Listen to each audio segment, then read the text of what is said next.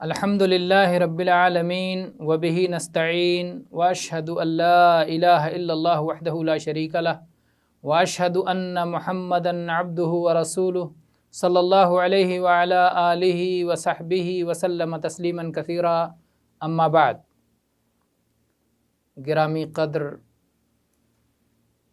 محترم سامعین، آج انشاءاللہ ہم ولی اور ولایت سے متعلق گفتگو کریں گے۔ ولایت یہ عداوت کی ضد ہے، اور ولایت کے معنی محبت اور قربت کے ہیں۔ جس طرح کی محبت کے برعکس عداوت ہوتی ہے، تو عداوت میں بغض و نفرت اور دوری پائی جاتی ہے، اسی طرح سے ولایت میں محبت اور قربت پائی جاتی ہے۔ اصطلاحی طور پر ولایت اللہ تعالیٰ کی اطاعت اور فرما برداری کر کے اللہ سے قربت کے حصول کا نام ہے، اور شرعی زبان میں ولی اس شخص کو کہیں گے جس کے اندر دو صفات اکٹھا ہو جائیں۔ پہلی صفت ایمان ہے اور دوسری صفت تقوی اور پرہیزگاری ہے۔ چنانچہ اللہ تعالیٰ نے قرآن کریم میں ارشاد فرمایا، الا ان اولیاء اللہ لا خوف علیہم ولا هم يحزنون الذین آمنوا وکانوا یتقون۔ سورہ یونس کی آیت نمبر 62 اور 63۔ اللہ تعالیٰ نے فرمایا، خبردار، اللہ کے اولیاء پر نہ کوئی خوف ہوگا اور نہ وہ غمگین ہوں گے۔ یہ وہ لوگ ہیں جو ایمان لائے اور جنہوں نے اللہ کی پرہیزگاری اختیار کی، جو اللہ سے ڈرتے رہے۔ تو الذین آمنوا یہ پہلی صفت ہے، وکانوا یتقون یہ دوسری صفت ہے۔ یہ دو صفات ایمان اور تقوی جس اللہ کے بندے میں اکٹھے ہو جائیں اسے ولی کہا جاتا ہے۔ اور چونکہ ایمان گھٹتا اور بڑھتا ہے، اور تقوی بھی گھٹنے اور بڑھنے والی چیز ہے، کم اور زیادہ ہونے والی چیز ہے، تو اس لیے ولایت بھی گھٹنے اور بڑھنے والی چیز ہے۔ جو شخص اپنے ایمان اور تقوی میں جس قدر کامل ہوگا، اسی قدر اپنی ولایت میں بھی کامل ہوگا۔ اگر کامل مومن اور کامل متقی ہے تو ولی کامل ہے، اگر ایمان اور تقوی میں کمی ہوگی تو اس کی ولایت میں بھی کمی ہوگی۔ لہٰذا ایمان اور تقوی کے اعتبار سے ولایت کے درجے کم یا زیادہ ہوں گے۔ اس لیے اللہ کے اولیاء کی درجہ بندی اس طور پر ہوگی کہ اللہ کے اولیاء میں افضل ترین وہ لوگ ہیں جو اللہ کے انبیاء ہیں، اور انبیاء سے بھی افضل وہ لوگ ہیں جنہیں اللہ تعالیٰ نے اپنا رسول بنایا ہے۔ رسولوں کا درجہ نبیوں سے بڑھا ہوا ہے، اور رسولوں میں جو اولو العزم رسول ہیں وہ بقیہ رسولوں کے مقابلے میں زیادہ فضیلت رکھتے ہیں۔ اور آپ یہ بات سن چکے ہیں کہ اولو العزم رسول 5 ہیں: نوح علیہ السلام، ابراہیم علیہ السلام، موسیٰ علیہ السلام، عیسیٰ علیہ السلام، اور محمد صلی اللہ علیہ وسلم۔ اور ان 5 اولو العزم میں دو رسول جنہیں اللہ کے خلیل ہونے کا درجہ حاصل ہے، یعنی محمد صلی اللہ علیہ وسلم اور ابراہیم علیہ السلام، یہ دونوں سب سے افضل ہیں۔ اور محمد الرسول اللہ صلی اللہ علیہ وسلم امام الانبیاء اور سید المرسلین ہیں، خاتم النبیین ہیں، آپ کا درجہ سب سے بڑا اور سب سے اعلیٰ ہے۔ تو یہ رہا اللہ کے ولیوں کی مختصر درجہ بندی۔ اب ہم آپ کو یہ بات بھی بتا دیں کہ عمومی طور پر اللہ کے ولیوں کی دو قسمیں ہیں۔ پہلی قسم سابقین مقربین کی ہے اور دوسری قسم اصحاب یمین کی ہے۔ اصحاب یمین مقتصدین، داہنے ہاتھ والے اور میانہ روی اختیار کرنے والے۔ تو اصحاب یمین یہ چھوٹے ولی ہیں اور سابقین و مقربین یہ ان سے بڑے ولی ہیں۔ یہ میں قرآن پاک کی آیات کی روشنی میں بتا رہا ہوں۔ اللہ تعالیٰ نے کئی مقامات پر یہ بات بتائی ہے۔ چنانچہ آپ سورہ واقعہ پڑھیے، اللہ تعالیٰ نے فرمایا اذا وقعت الواقعہ لیس لوقعتها کاذبہ خافضۃ رافعہ اذا رجت الارض رجا وبست الجبال بسا فکانت ہباء منبثا وکنتم ازواجا ثلاثہ فاصحاب المیمنۃ ما اصحاب المیمنہ واصحاب المشأمۃ ما اصحاب المشأمہ والسابقون السابقون اولئک المقربون فی جنات النعیم۔ اللہ تعالیٰ نے قیامت کی منظر کشی کی اور اس کے بعد قیامت میں لوگوں کی جو تقسیم ہو جائے گی، تین طرح کے لوگوں کو اللہ نے بتایا کہ تین تقسیم ہوگی۔ ایک داہنے ہاتھ والے ہوں گے، یعنی وہ خوش قسمت لوگ جن کے داہنے ہاتھ میں اعمال نامہ دیا جائے گا، اور دوسرے بائیں ہاتھ والے ہوں گے، وہ بدقسمت لوگ، بدنصیب لوگ جن کے بائیں ہاتھ میں ان کا اعمال نامہ دیا جائے گا۔ اور پھر اللہ تعالیٰ نے فرمایا والسابقون السابقون، یعنی اصحاب الیمین سے بھی بڑا درجہ جنت میں جانے والے وہ لوگ، اللہ کے قریبی لوگ جو ہر عمل خیر میں آگے بڑھے ہوئے ہوتے ہیں۔ تو اللہ تعالیٰ نے تین تقسیم کی، اس میں سے ایک صنف جہنم میں جائے گا، وہ ہیں اصحاب الشمال، اور دو صنف جنت میں جائیں گے، ایک ہیں اصحاب یمین اور دوسرے ہیں سابقین مقربین۔ تو یہ دونوں اللہ کے اولیاء ہیں، لیکن دونوں کے الگ الگ درجے ہیں۔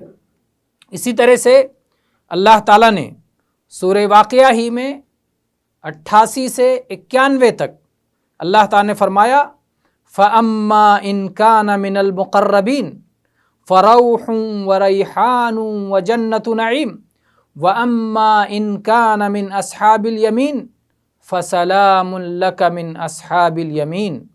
اللہ تعالیٰ نے کہا کہ اگر وہ مقربین میں سے ہے تو اس کے لیے نعمت بھری جنت اور روح و ریحان ہے، اور اگر وہ اصحاب الیمین میں سے ہے تو اصحاب الیمین کے لیے سلامتی ہے۔ تو ان دونوں قسموں کو گویا اہل جنت میں سے شمار کرایا گیا۔ تو اہل جنت میں دو صنف، اصحاب یمین اور سابقین مقربین، اور اصحاب الشمال وہ اہل جہنم۔ اسی طرح سے اگر آپ وہ مشہور حدیث دیکھیں جو حدیث ولی کے نام سے مشہور ہے، حدیث قدسی ہے، اور جسے امام بخاری رحمہ اللہ نے اپنی صحیح میں، صحیح بخاری میں 6502 نمبر پر روایت کیا ہے، اس میں بھی آپ کو ولیوں کی یہ دو قسم مل جائے گی۔ چنانچہ ابو ہریرہ رضی اللہ عنہ بیان کرتے ہیں کہ نبی کریم صلی اللہ علیہ وسلم نے فرمایا کہ اللہ تعالیٰ نے فرمایا من عاد لی ولیا فقد آذنتہ بالحرب، جو میرے کسی ولی سے عداوت رکھے، جو میرے کسی ولی سے دشمنی رکھے، میں اس سے جنگ کا اعلان کرتا ہوں۔ یہ ولی کی عظمت ہے۔ اللہ کا اگر کوئی ولی ہے تو اللہ کے ولی سے دشمنی رکھنے والے سے اللہ تعالیٰ نے اعلان جنگ فرمایا ہے۔ پھر اللہ تعالیٰ نے اس حدیث میں آگے بتایا کہ کوئی شخص اگر اللہ کا ولی بننا چاہے تو کیسے بن سکتا ہے، اللہ کی قربت کیسے حاصل کر سکتا ہے۔ اللہ کے نبی صلی اللہ علیہ وسلم فرمایا کہ اللہ تعالیٰ نے فرمایا وَمَا تَقَرَّبَ إِلَيَّ عَبْدِي بِشَيْءٍ أَحَبَّ إِلَيَّ مِمَّا افْتَرَضْتُ عَلَيْهِ، اور کوئی بندہ جب میری قربت حاصل کرنا چاہے، مجھ سے قریب ہونا چاہے، تو اس سے زیادہ میرے نزدیک کوئی محبوب عمل نہیں ہے جو میں نے اپنے بندے پہ فرض کیا ہے۔ گویا اللہ تعالیٰ کو جس عمل سے سب سے زیادہ محبت ہوتی ہے وہ اپنے بندے پر فرض کر دیتا ہے۔ فرائض اللہ تعالیٰ کو سب سے زیادہ محبوب ہیں، تو جب کوئی بندہ اللہ سے قریب ہونا چاہے تو اسے فرائض کو ادا کرنا چاہیے۔ فرائض کو ادا کرنے سے اللہ کی قربت اسے حاصل ہوگی، اللہ کی ولایت اسے حاصل ہوگی، اللہ کا ولی بنے گا اللہ کے فرض کو ادا کر کے۔ پھر اللہ کے نبی صلی اللہ علیہ وسلم نے فرمایا کہ اللہ تعالیٰ فرماتا ہے وَمَا يَزَالُ عَبْدِي يَتَقَرَّبُ إِلَيَّ بِالنَّوَافِلِ حَتَّى أُحِبَّهُ، اور برابر مستقل میرا بندہ نوافل کی ادائیگی کے ذریعے مجھ سے قریب ہوتا جاتا ہے یہاں تک کہ میں اسے اپنا محبوب بنا لیتا ہوں۔ فَإِذَا أَحْبَبْتُهُ كُنْتُ سَمْعَهُ الَّذِي يَسْمَعُ بِهِ وَبَصَرَهُ الَّذِي يَبْصُرُ بِهِ وَيَدَهُ الَّتِي يَبْطِشُ بِهَا وَرِجْلَهُ الَّتِي يَمْشِي بِهَا، اور جب میں اسے اپنا محبوب بنا لیتا ہوں تو میں اس کا کان بن جاتا ہوں جس سے وہ سنتا ہے، اس کی آنکھیں بن جاتا ہوں جس سے وہ دیکھتا ہے، اس کا ہاتھ بن جاتا ہوں جس سے وہ پکڑتا ہے، اس کا پاؤں بن جاتا ہوں جس سے وہ چلتا ہے۔ اور پھر اللہ تعالیٰ نے فرمایا وَإِن سَأَلَنِي لَأُعْطِيَنَّهُ وَلَئِنِ اسْتَعَاذَنِي لَأُعِيذَنَّهُ، پھر اگر وہ مجھ سے مانگتا ہے، مجھ سے سوال کرتا ہے تو میں اسے ضرور دیتا ہوں، اور اگر وہ میری پناہ ڈھونڈتا ہے، میری پناہ کی تلاش کرتا ہے تو میں اسے ضرور پناہ دیتا ہوں۔ حدیث اپنے آپ میں بہت واضح ہے کہ بندہ اللہ کا قریب ہو جانے کے باوجود، اللہ کا محبوب بن جانے کے باوجود بندہ مانگنے والا رہتا ہے، اللہ دینے والا رہتا ہے۔ بندہ سوالی اور بھکاری ہوتا ہے، اللہ تعالیٰ عطا کرنے والا ہوتا ہے، اللہ تعالیٰ پناہ دینے والا ہوتا ہے۔ یہ کوئی دھوکہ نہ دے، فریب نہ دے کہ اللہ اس کا ہاتھ بن گیا، اس کا پیر بن گیا تو اللہ اس کے اندر نعوذ باللہ اس کے اندر آ گیا۔ اللہ تعالیٰ ساتوں آسمانوں کے اوپر اپنے عرش پر ہے، اللہ تعالیٰ کسی کے جسم کے اندر نہیں اترتا، اللہ تعالیٰ زمین پر اوتار نہیں لیتا۔ اللہ تعالیٰ جس کو اپنا ولی بناتا ہے اس کے ہاتھ کو، پیر کو، آنکھ کو، کان کو اپنی مرضی کے مطابق چلاتا ہے، انہیں توفیق دیتا ہے کہ وہ اللہ کی مرضی ہی کے کام کریں اور ان سے کوئی ایسا عمل سرزد نہ ہو جو اللہ کی ناراضگی کا باعث ہو۔ اللہ ان کی حفاظت کرتا ہے، اللہ تعالیٰ انہیں توفیق سے نوازتا ہے، اللہ ان کی حمایت کرتا ہے۔ یہ حدیث کا مفہوم ہے۔ تو یہاں پر اللہ تعالیٰ نے دو باتیں بتائیں۔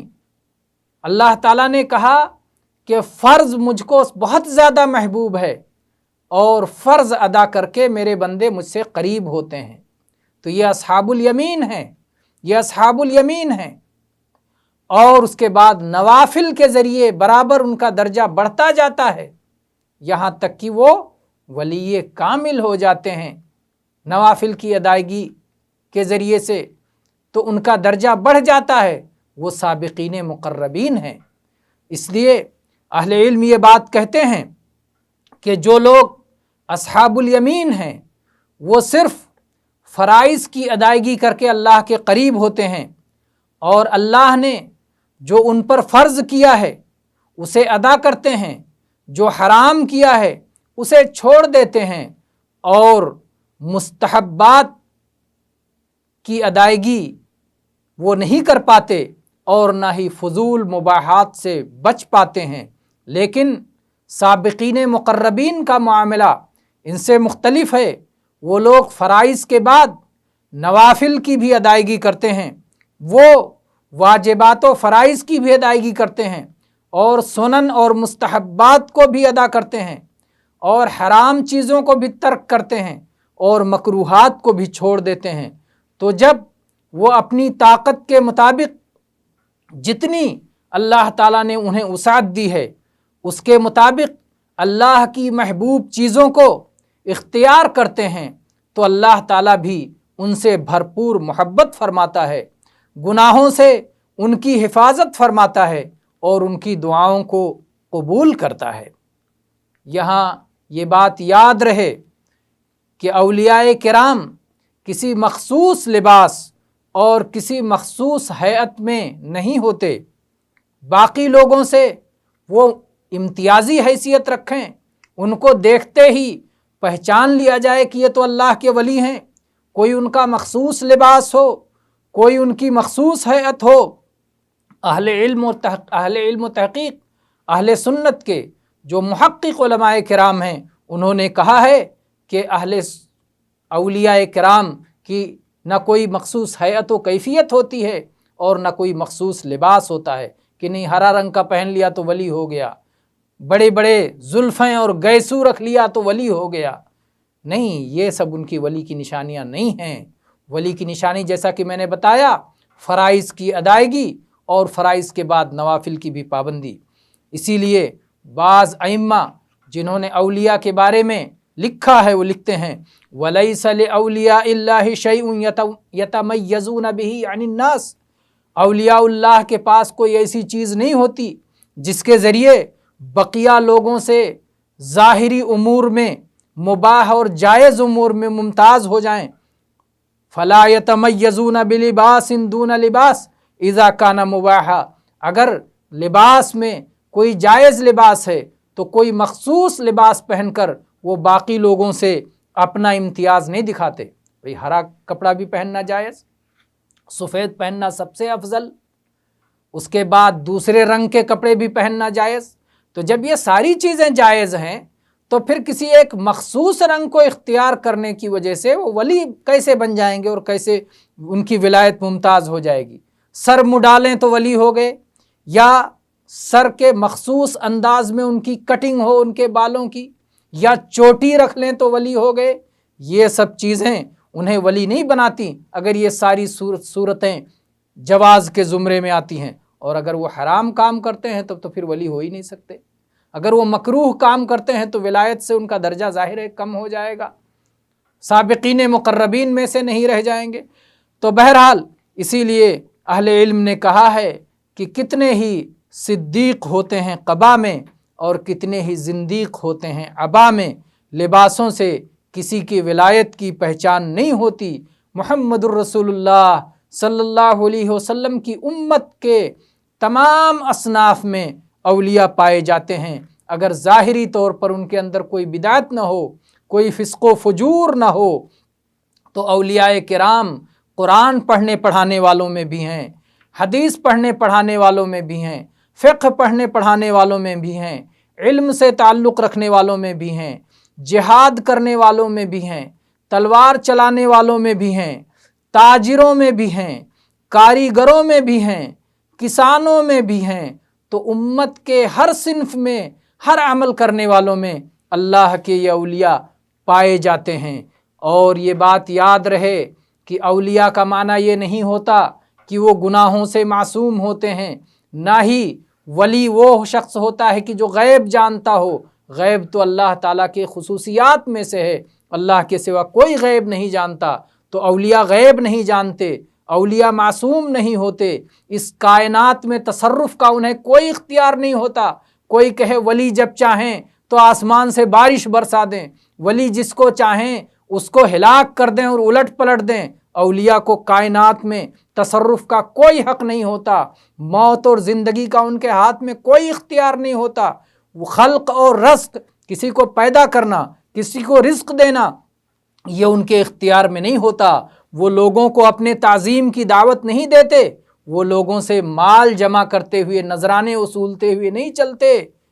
جو لوگ ولایت کا ڈھونگ رچیں اور لوگوں سے مال سمیٹتے اور نذرانہ سمیٹتے ہوئے پھریں، یہ جھوٹے لوگ ہیں، یہ کذاب ہیں، یہ شیطان کے ولی ہیں، یہ اللہ کے ولی نہیں ہیں۔ وآخر دعوانا ان الحمد للہ رب العالمین وصلی اللہ علی نبینا وسلم۔